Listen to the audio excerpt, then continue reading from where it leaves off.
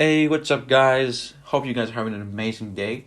Before we jump into this video, I would kindly ask you if you can drop a subscribe and a like. That would really help out the situation. Now, I'd like to talk about today about the airline industry because it's quite interesting. They finally got the bailout, which everybody really wanted to see. At least I wanted to really see the bailout because most of these companies would go bankrupt if it wasn't for this bailout. This $25 billion is very important because I see a lot of people, they're saying, they're bailing out the big corporations. Well, yeah, I get it, but it's really important that they bail out these corporations because, well, imagine what would happen to unemployment. Well, it's a really difficult, situation to explain, but let's leave that there and let's jump into the data. So, the government, the U.S. Treasury, wanted to see loans, but because that's money they get back. But the airlines wanted to see grants, which is like free money. So what happened there was 70% is in loans of the $25 billion, and the 30% is in grants. So they're going to have to repay those loans in the next 10 years. I don't know about the interest rates or anything. Maybe it's a fixed, maybe it's a zero interest. I don't know. So... and from that 30%, which is in loans, 10% they would receive in warrants the U.S. government. So that's something to keep in mind. So the other 70% is going to be given to the airline industry to make sure they're going to get the grants, but they're required to not lay off anybody from their company, which is really good because, this way the U.S. government is compensating. Well, I don't think compensating is the right word, but they're making sure that by giving that money now, they're not going to have a spike in unemployment, and thus not giving that money to unemployed. So they're giving the money in loans, or actually in grants to the airlines, and they're making sure and they're paying their employees. So it's in a way you're paying the people, but you're not having them being unemployed, if that makes any sense. So when it comes to different data, I haven't been able to find exactly the same information, so I just got the numbers that really made the most sense. Delta Airlines is going to be getting about 5.4 billion, with one of them being part of them being 1.6, which is an unsecured 10-year low interest loan. And they're going to have, the government is going to take, they're going to acquire about 1% of the Delta Airlines stock at $24.39. So that's part of the, the contract, I would say. Well, part of the terms of the loans. When it comes to American Airlines, I'll just move here to American Airlines. American Airlines, they're going to be getting about $5.8 billion, and they have to repay 1.7 of it. So you're trying to understand here that 5.8 is the overall money they get. And what I said before about the part that they get in grants and the part that they get in loans, grants being the majority of the money and loans being the minority, 1.7 is in loans, which they have to repay. Then we have ticker symbol LUV, which is Southwest Airlines. They get about 3.2 billion.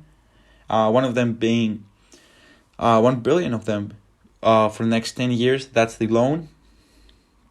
And they have to issue warrants worth about 2.6 million to the U.S. Treasury. So this is really, a stem to the airline industry. And this is really helping keep those companies alive. Could you imagine what would happen if they didn't get the money? Well, they would go bankrupt, and this is really the reality. So I'm not hoping that the stock is going to go up. My main issue right now, I'm still thinking, I'm not sure if I want to buy yet, because overall, I'm kind of bearish in the overall market. What I could do, and this is talking about myself, what I could do is start, I would, from the three airlines I showed you, which is Delta, American, and Southwest, I would go with Delta. I don't know, I just prefer Delta. Like, all of these companies are pretty good, especially American. I don't know, I just chose Delta. If I would buy an airline, it would definitely be Delta. And I'm just not sure if I would like to buy now. Maybe what I could do is just, do the strategy. I think they call it dollar cost averaging. So you buy now $23.99, and then if the stock goes lower, you buy it. Let's say hypothetically, let's say you buy here. So that's 23.36. If you look at the monthly, so I'm trying to explain what I mean. So if it's at 23.99 by dollar cost averaging, I might buy at 22.50. So I can accumulate more stock in different positions. So overall, I don't miss any opportunity. So I don't know if that would be a good strategy. I don't have a bunch of money, right, to invest in all of the stocks that I talk about. Because there's a lot of stocks you could be looking into. I'm just trying to give you guys a different perspective, or just in general a perspective to look, especially if you're either new in the stock market or you're just looking for a stock to invest. So I think yeah, I could buy Delta. Yeah. Would it be a bad opportunity? Yes, look, American's more cheap, and it's gonna have look, if you look at the 3-month chart, and you look Delta's 3-month chart, it's sort of the same. So if you think about it this way, then like American is a cheaper Delta. So I know this might be wrong, but look, if you have about $50 with Delta, you can buy just 2 shares. And with American, you just buy 4 shares, approximately. Yeah, and the price movement would be the same in when it comes to the ROI, which is the return on investment. It just comes down to what you think is better, because trust me, there's a bunch of companies you can buy. I might make a video like even Carnival is a good company. It's very oversold. I think they're going to be doing a good job when it comes to good job. Well, this is relative. The CEO came out on CNBC and he said, we have strong bookings for 2021. I don't know what this guy's talking about. He might be right. He might be lying. I don't know. But our point here today is talking about the airline industry, and this is good. This is really good. And fun fact, I forgot to tell you about this. The airlines will not be allowed to do any stock buybacks till September, and I think this is good. And especially when you're using taxpayer money, you have to. Oh, and this is the thing.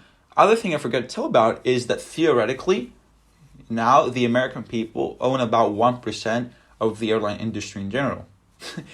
So you can just walk around and say, you know what, I own 1% of Delta, or 1% of all the airlines. But that's like theoretical. You own shit, really. You don't own anything. I mean, the U.S. government owns it.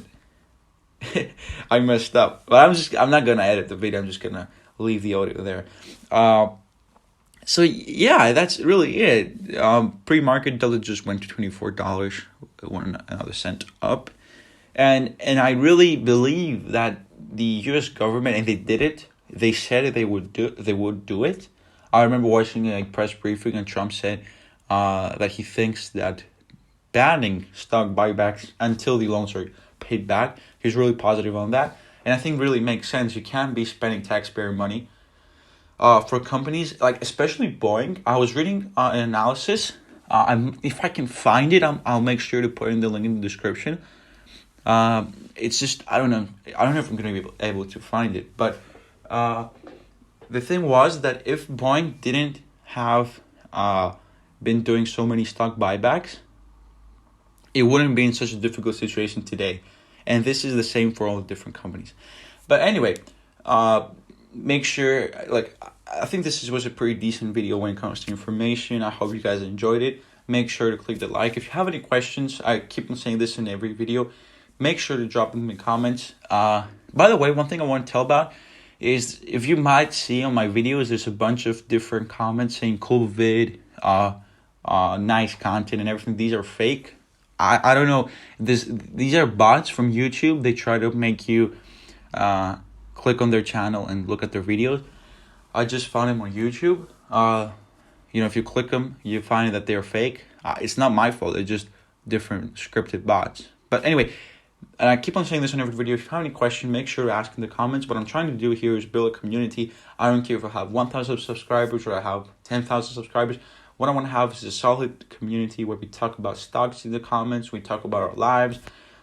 I think this is much more important. This is where people are missing out when it comes to having a YouTube channel. It's about creating a community where we all think together and we think, alike. So hope you guys have an amazing day today. And the stock market is going to be really interesting this week. See you guys on the field.